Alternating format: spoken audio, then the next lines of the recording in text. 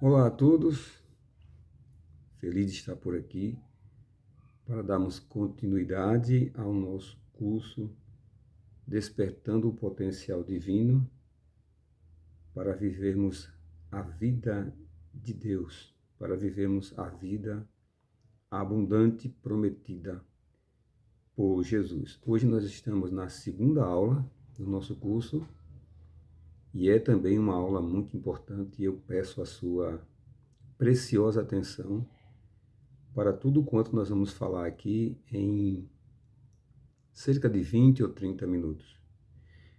É importante lembrar que você deve entender que está participando de um curso. E serão muitas aulas, porque o nosso objetivo é transformar nossa vida para vivermos o estilo de vida abundante o qual Jesus trouxe, revelou, para que isso fosse vivido na prática. E, infelizmente, gostaria de lembrar que nem todos, até mesmo aqueles que se dizem cristãos evangélicos, vivem essa vida abundante prometida por Jesus. E os motivos são vários, e nós vamos falar sobre eles no decorrer da gravação dessas aulas. Também não sabemos quantas aulas serão ainda, por isso eu peço a você que tenha paciência, faz parte do processo, mas o objetivo final é transformar nossas vidas não só para melhor, mas para viver de acordo com o padrão de vida divino, o qual foi idealizado por Deus, revelado por Jesus, para que nós pudéssemos viver esse estilo de vida aqui na Terra. Então serão muitas aulas. Eu já vi e ouvi a primeira aula 4 vezes, ainda pretendo ouvir mais. Eu aconselho a você ouvir essas aulas não só uma vez, mas 2, 3, 4, cada uma delas. E no futuro a gente vai preparar uma turma presencial. Então vai orando, vai intercedendo. Nós queremos no futuro formar uma aula presencial para discutirmos melhor e para assim absorvermos melhor e que esse estilo de vida seja um marco, algo que seja prático, algo que seja real, e não apenas teórico, mas algo que a gente possa viver, fazendo a diferença e as pessoas percebendo isso, para que o reino de Deus ele tome uma expansão maior. Esse é a ideia divina, esse é o projeto de Deus para a vida na Terra. Gostaria de começar a aula de hoje, a segunda aula, com uma frase atribuída a Jesus que diz o seguinte: mas buscai em primeiro lugar o reino de Deus e a sua justiça, e todas as demais coisas serão acrescentadas.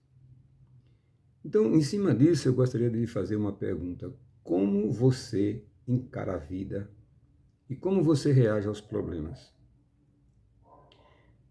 Você acha que a sua forma de encarar a vida e de reagir aos problemas, às adversidades, é diferente das pessoas do mundo? Está conforme o padrão estabelecido por Cristo, nas suas ações e as suas reações? Você ao menos sabe que padrão é esse? Você sabe qual a diferença da vida que está levando para o padrão de vida estabelecido e revelado por Jesus para você? Sua vida, você acha que ela é realmente abundante? Você está satisfeito com a sua vida? Ou tem alguma coisa que você acha que precisa mudar? Você tem um padrão elevado e um estilo sublime de viver acima da média das pessoas comuns? Ou você acha que você está no mesmo nível das pessoas comuns, das pessoas que não são crentes, das pessoas que não se declaram cristãs?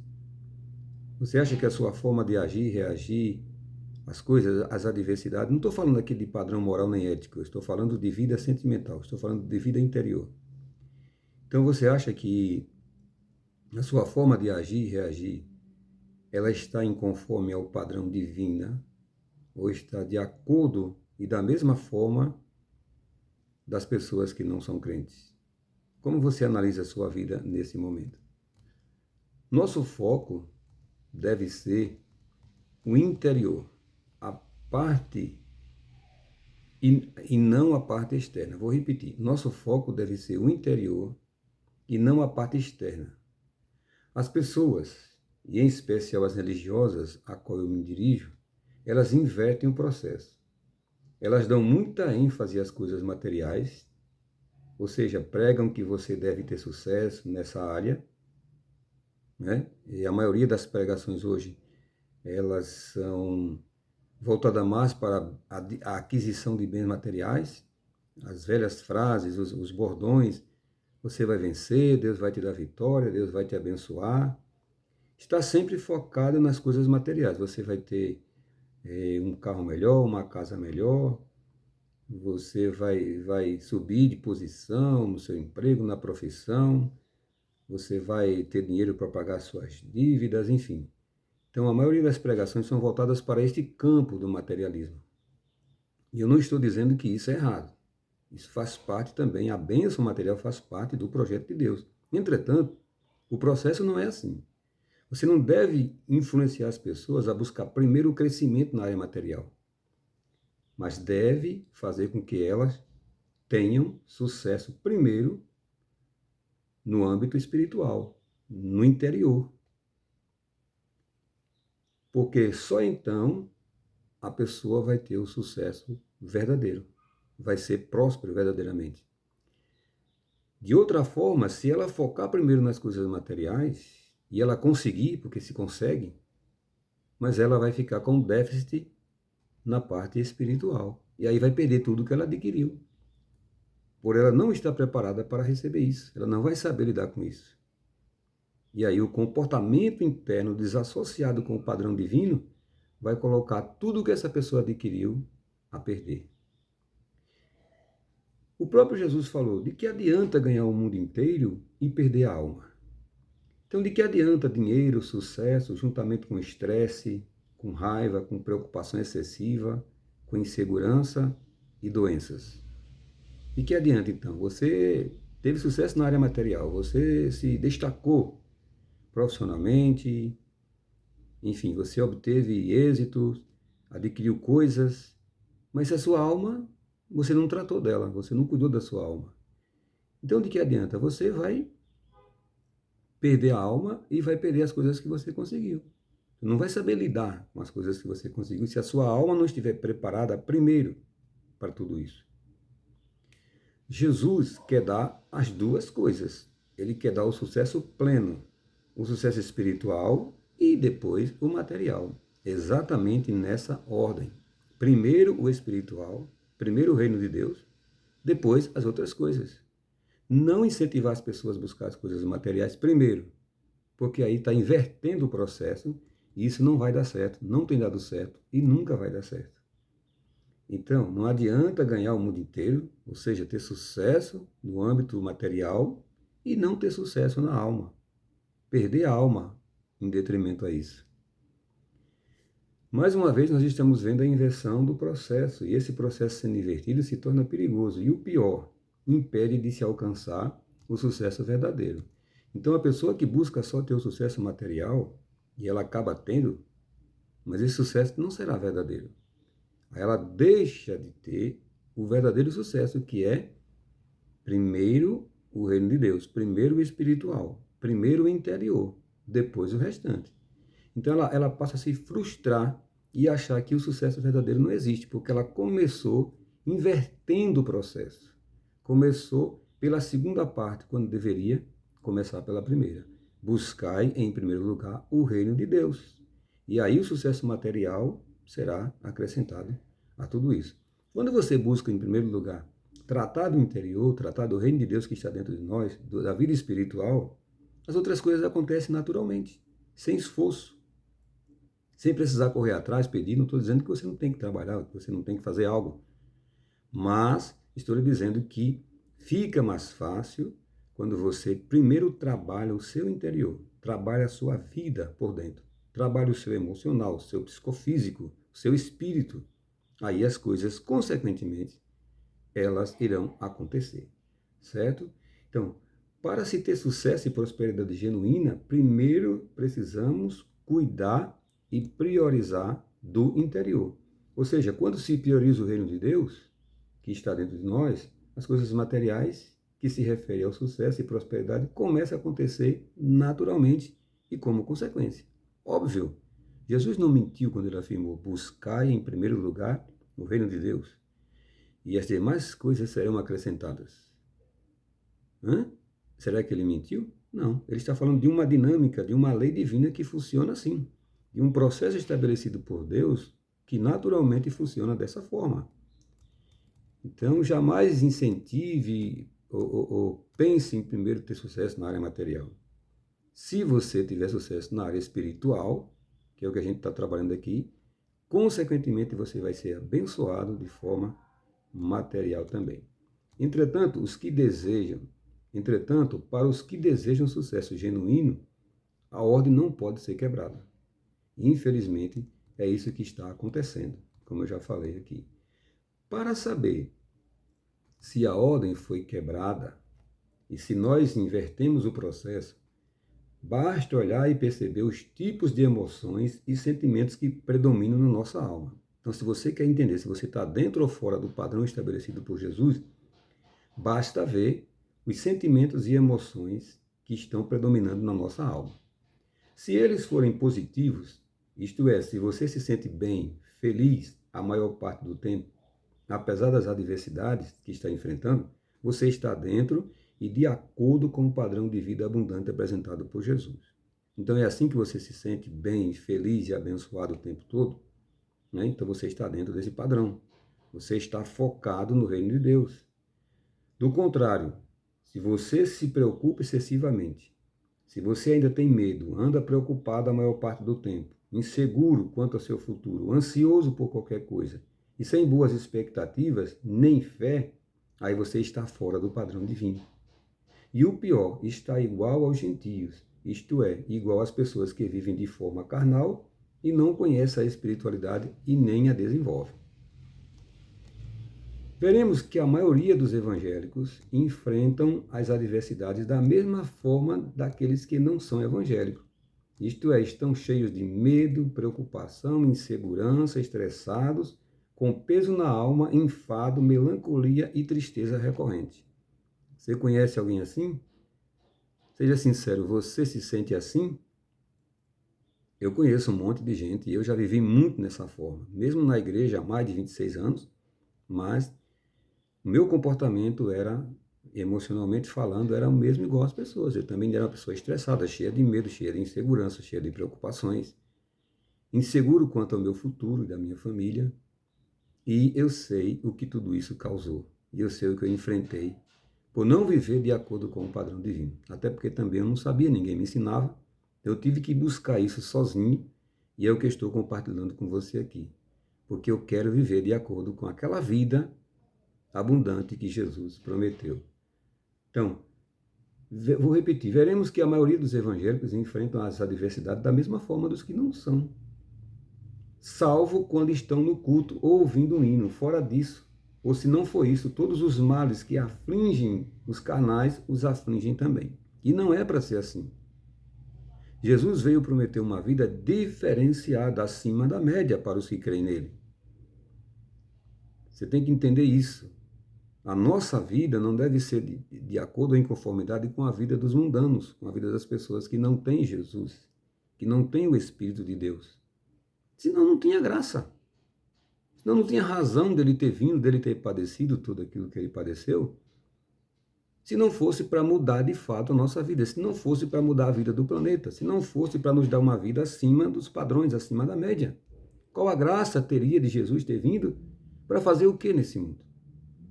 Ele veio implantar o reino de Deus e uma vida abundante, sarar as nossas feridas, todas elas, e nos dar e nos proporcionar um estilo de vida glorioso, assim na terra como no céu. Foi para isso que ele veio fazer, além de salvar, de implantar a ideia da vida eterna, principalmente ele veio porque enquanto não vamos para outra dimensão, estamos vivendo aqui. E viver bem aqui faz toda a diferença. Para entrar no reino eterno, você tem que primeiro entrar no reino de Deus que está implantado aqui na terra. Se entra no reino futuro pelo reino presente, pelo reino de Deus que já está estabelecido, que já está vigorando e que muitas pessoas não vivem nem conhecem ainda esse estilo de vida do cidadão do reino. Observe que Jesus disse que nós deveríamos ter uma vida abundante, isto é, segundo o estilo divino de viver, uma vida fora da carne e diferente dos comuns. Observe que ele disse: vocês devem viver uma vida leve, suave, sem preocupação, sem estresse, sem medo e nem ansiedade. Você acha que isso é possível? É possível, porque, mais uma vez eu repito, Jesus não veio mentir, não veio ludibriar, não veio enganar as pessoas. Ele veio estabelecer uma vida abundante acima da média das pessoas comuns. Observe que Jesus disse: vocês devem ser uma fonte e nunca mais ter sede ou fome de alguma coisa. Observe que Jesus disse: a vida de vocês deve ser plena, vivida em um nível acima da média, uma vida em conformidade com o jeito divino de viver. Você acha que Deus sofre de estresse? Você acha que Deus fica preocupado? Você acha que Deus tem medo de alguma coisa? Você acha que Deus tem dúvida quanto a algum resultado? Claro que não. Então, assim deve ser você também. Porque agora está implantado em você o estilo de vida de Deus. Agora está implantado em você o Espírito de Deus. E eu acredito que isso está implantado na sua vida. E você deve viver segundo o jeito divino de viver. Você deve viver segundo o Espírito de Deus que está em você. Você deve deixar que o Espírito de Deus que habita em você, que eu creio que habita, desenvolva as características divinas.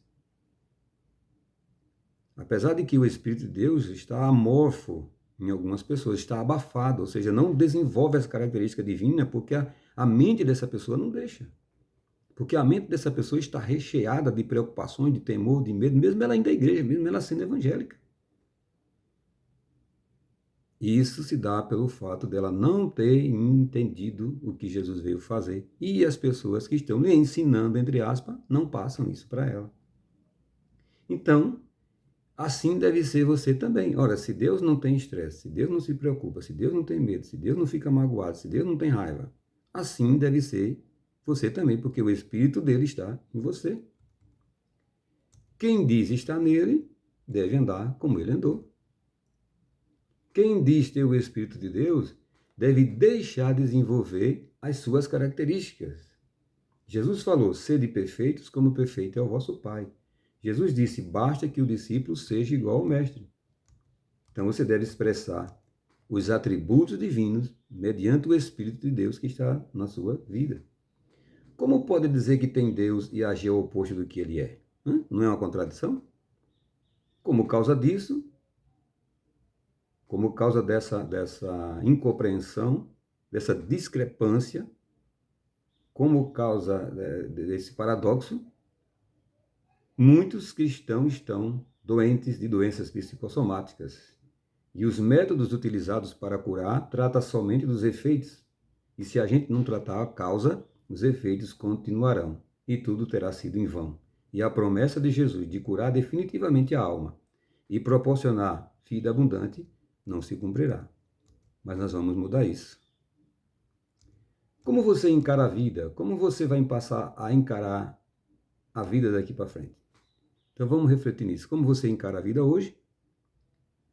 E como você vai encarar a vida daqui para frente? Esqueça a maneira que você teve até agora de encarar a vida.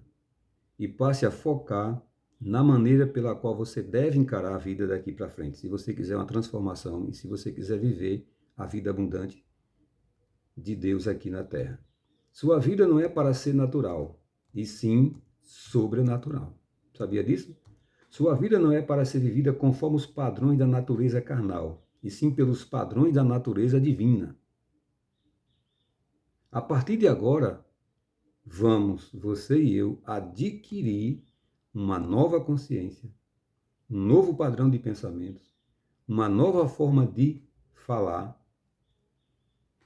andar nos caminhos de Deus e pensar como Ele pensa, adquirir uma nova ótica sobre o propósito do Evangelho, descobrir a vontade de Deus para nós, despertar para a consciência de quem somos, despertar a natureza divina inerente em nós, viver expressando a imagem de Deus, despertar o potencial divino por intermédio do conhecimento, ativando e mantendo ativo através da nossa forma de pensar, falar e agir, nos empenhar para alcançar a estatura de Cristo e procurar ser perfeito como perfeito é o nosso Pai.